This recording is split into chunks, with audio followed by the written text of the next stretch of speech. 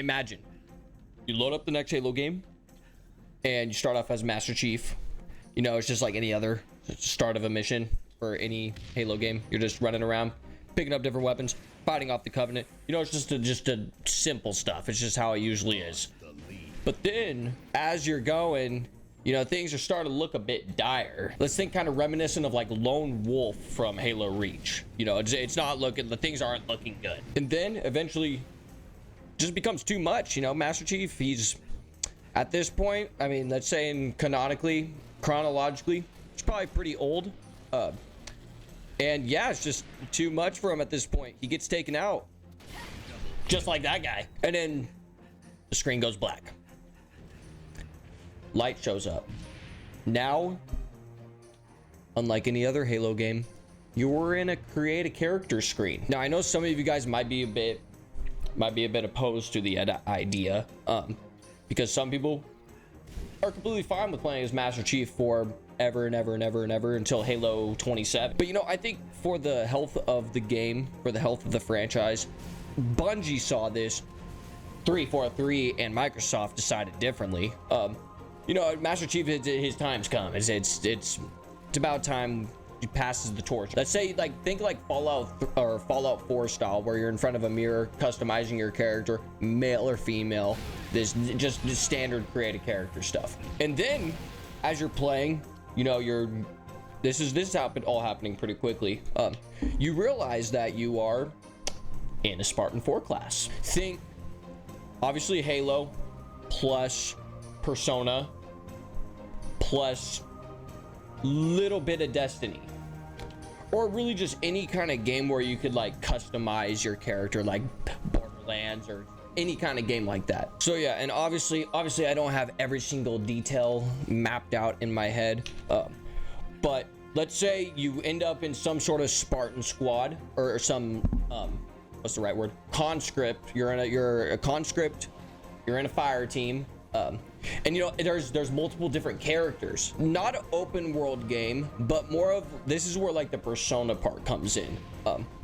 There's some sort of time system between you being trained, all the story beats, and then you actually becoming a Spartan, getting the Spartan serum, and then going off to fight the Covenant. During all this time, there's going to be some sort of class system, actually, or not class system, more of a skill tree, let's say that, because in this scenario, you're not Master Chief, you're not hyper lethal, you're not able to use every single weapon possible. In this game, it's where you're your own Spartan. You're not a complete badass. Let's say you put all of your skills into sniping, for example. When you snipe, you know, it's gonna be completely fine. You're not gonna have probably no trouble sniping. If not, or if anything else, you're gonna have buffs when you snipe people, just like me, naturally. But then when you pull out, let's say, a Spartan laser, you're gonna have some sort of debuffs, because that's not your weapon of choice. That's not the weapon that you are proficient in. So that's kind of the idea behind it, for the replayability value, because in my opinion, Halo's kind of, you know, in my opinion, Halo as a general is just an outdated game. It's not up to par compared to games nowadays, and they can't expect people to want to play a story game that's only going to be 8-9 hours and spend $70 on it. It's just not going to happen. It's unacceptable.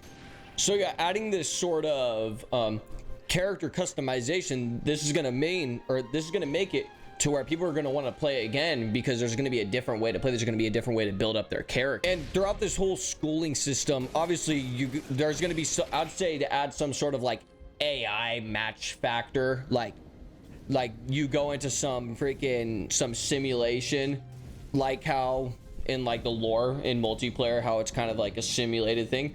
You go into a simulation to do certain missions where you're not actually fighting the Covenant, but it's like you are though. Super sick idea too. Imagine if there was a mission. Imagine, this would be the coolest thing for them to ever do. Imagine tournament arc.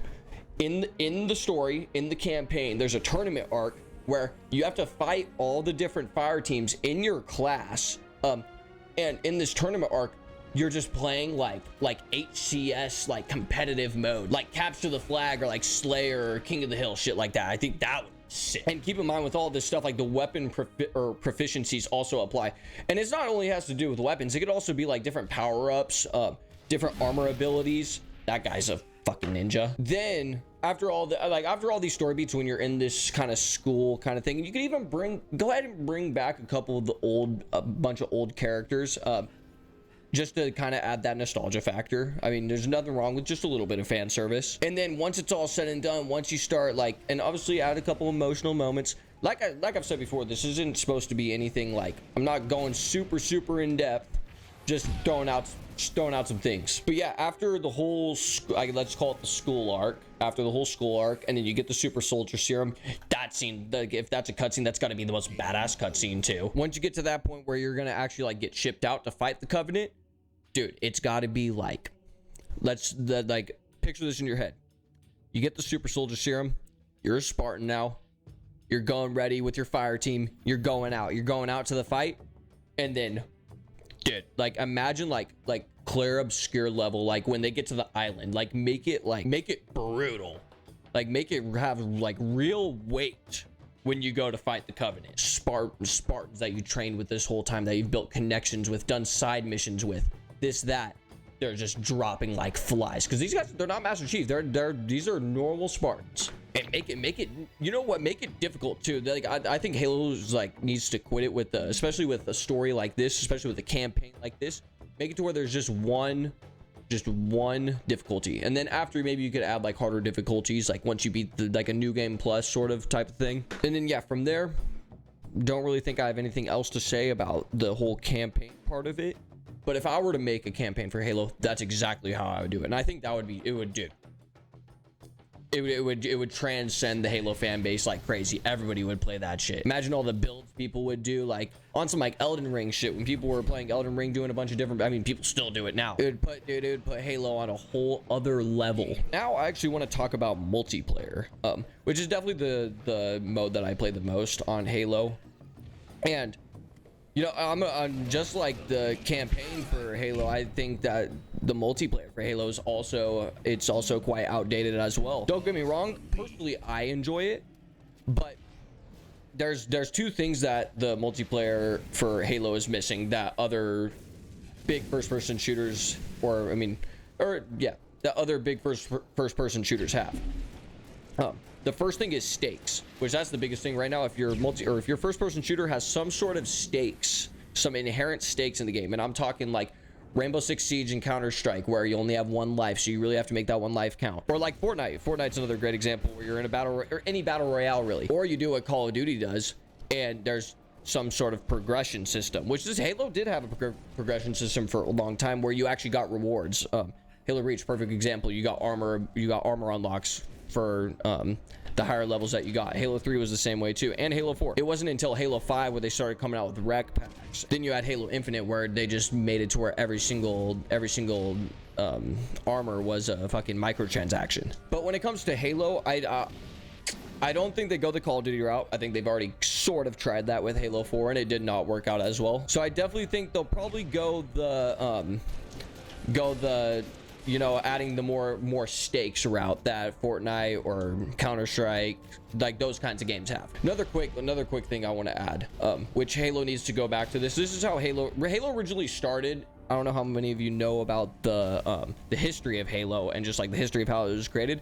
Halo at one point was the most innovative game in the whole FPS genre. Really, when it comes to like first-person shooters on console, like the reason why a lot of the, like even down to like controls of like how you use your controller to play a first-person shooter is because of Halo Combat Evolved. But yeah, it has to 100% be innovative. It can't be the same thing that we've had. Like just arena shooters just aren't big anymore. It's not the big thing. So just to throw a couple things out there, I think I really think some sort of tournament thing like the finals would work phenomenally for Halo, with all the weapons and just the sandbox of Halo. Like I don't know how many of y'all have played the finals, but I've always like, maybe I'm reaching, maybe I'm coping, but I feel like Like it kind of has like, if you're good at Halo, you're good. Like the finals is going to feel somewhat familiar. I do not think that a full battle royale is the right route. I think that if they did do that, it would, I feel like 343, or not 343, I think it's Halo Studios now. I think they would just get absolutely clowned for it. And also big thing for Halo 2,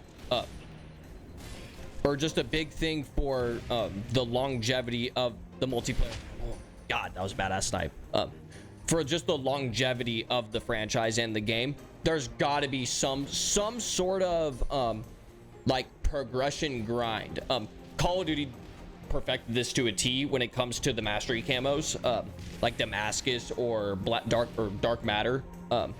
Halo needs something like that. If Halo had something like that, then people would grind this shit fucking all day, all night, trying to get the, like, add some sort of armor. And I know that Halo has Halo Infinite has the Master Chief armor once you get to max level, but like there's no like you want to have milestones when you're trying to attain something, and there's no milestones. It's just get to max level and you get the armor. So yeah, some sort of camo grind progression system would. I don't think I've ever seen a Warthog drive through right there. I don't even, how did they do that? How did they get that in there? I've never seen that before. Another quick thing, does campaign, it'd be fine. No armor locking multiplayer. If they do that, I will never play Halo for the rest of my life. But yeah, I think that's pretty much gonna round off kind of, I guess this is kind of like my Halo 7 wish list. If you guys have any other ideas to build off what I said, or if you disagree with anything, make sure to let me know in the comment section. And yeah, I'll see you guys later.